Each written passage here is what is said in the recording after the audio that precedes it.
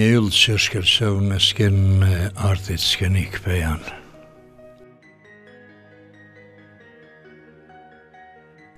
Skena e teatrit e qytetit të Pesë në gjysmën e dytë të viteve të 60-ta dhe gjysmën e parë të viteve 70-ta u bë më pasur për njërën nga aktorët që la gjurmët e pashlyera në këtë skenë me interpretimet e saj brillante. Ishte kjo Sofie Gashi. Kur bisedohet për teatrin e Pesë, në atë kohë teatrin amator, nuk mund të kalohet pa u përmend edhe Sofie Gashi. Sofia është vërtet se ajo 3-4 sezona ka punu në teatr, mirë po rolet e saja kanë lënë gjurë të gjithë atë dashamirët e teatrit në atë kohë. Bile, Sofia në quajshin në perspektivë një Katarina Josipi e Kosovës.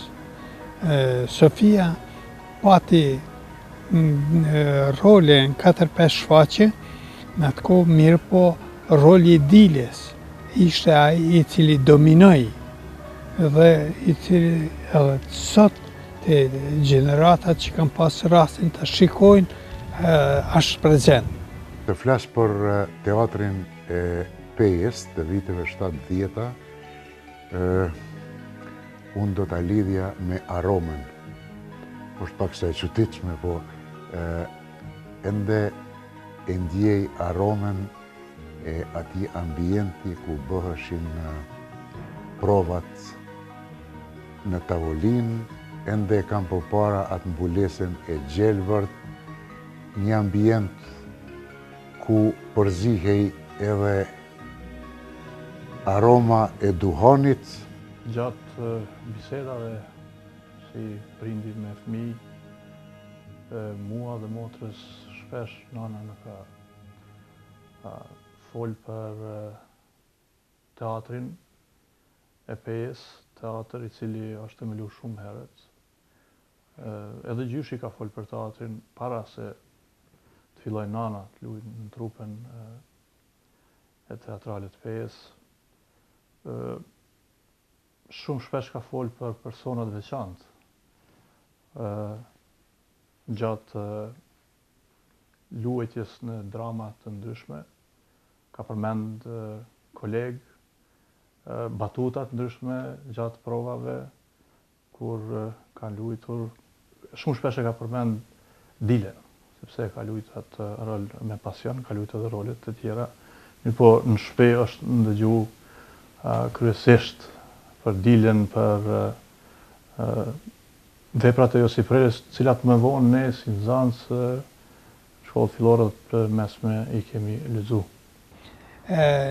Ajo rrjedh për një familje dashamirë të artit në tërësi, se para Sofies, në gjeneratën e parë, pas luftës së dytë botërore në teatrin e Pejës, ishte edhe Viktor Gashi. Viktorin e ndjeri, cili kohë më parë ka vdekur, e njohim jo vetëm si aktor, por shumë e njohin edhe si njeri i cili i ka kushtu një kujdes të madh filigranit. Dhe punimet e tia, libri i tij i fundit, është një thesar i pashlyerë, një thesar i kulturës, i punimit në filigran.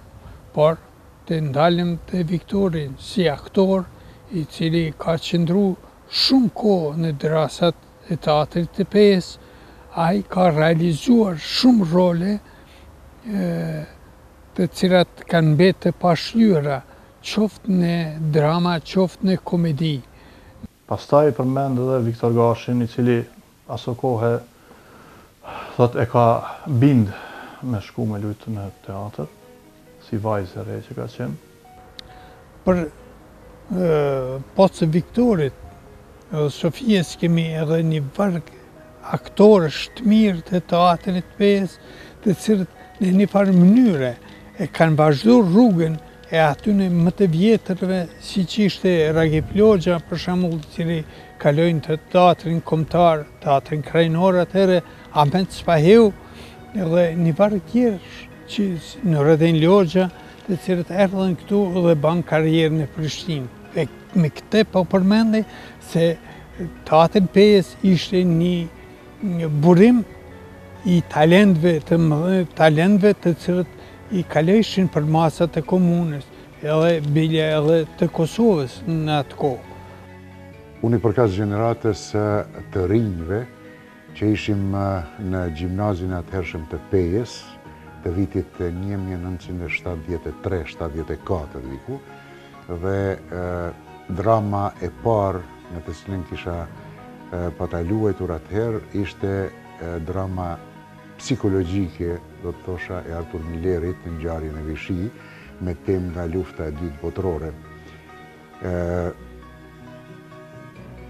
E mbajnë mend një monolog të gjatë që e kam pasur, dhe të cilën edhe sot asaj dite e ndjej me një përjetim të veçantë. Fatkeqësisht ajo shfaqje nuk u reprizua asnjëherë, nuk e di pse, megjithse premiera ishte shumë e suksesshme. Pastaj kam luajtur edhe në një komedi që kishte porosi mjaft të mira në kuadër të rrjedhës së vet, ishte Studentët e Përjetshëm, që na tregonte ishte një udhërrefyes për ne, të cilët sapo duhet ta kryenim gjimnazin dhe të orientoheshim në studime. Ajo shfaqje ka pas shumë publik, është shfaqur shumë herë. Regjinë e kësaj komedie e ka bërë, pa të bërë Ilyas Nushin, ndërsa regjinë e Ngjarjes në Vishi e pa të bërë Rushdi Spahiu.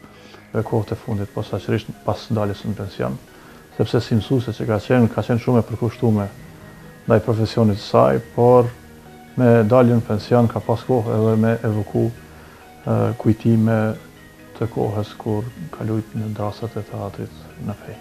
Për mësuesen Sofie, kisha mujt me përshkru si një person entuziast, ka qenë person punëtor, ka qenë e miqënuar me profesionin e vet,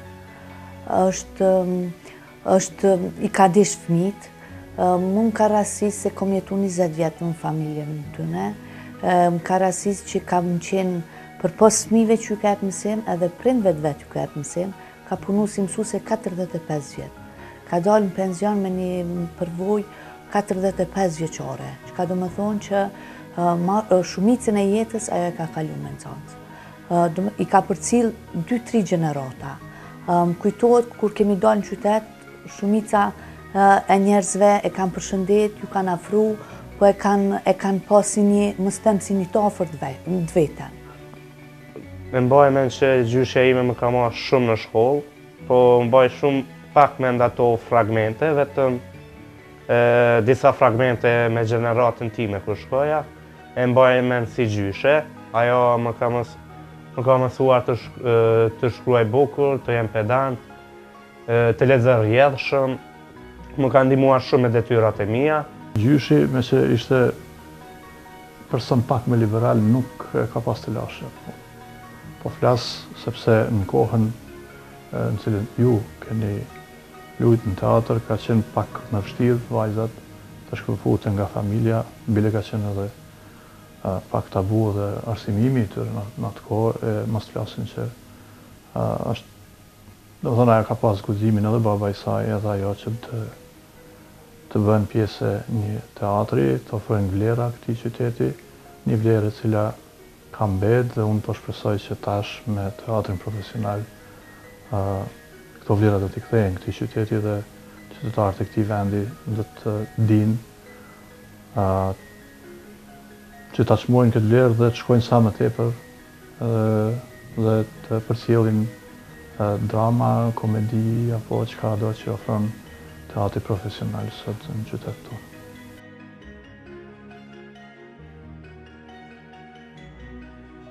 Sofia Gashi ishte dhe do mbetet yll i pashuar i artit skenik pejon.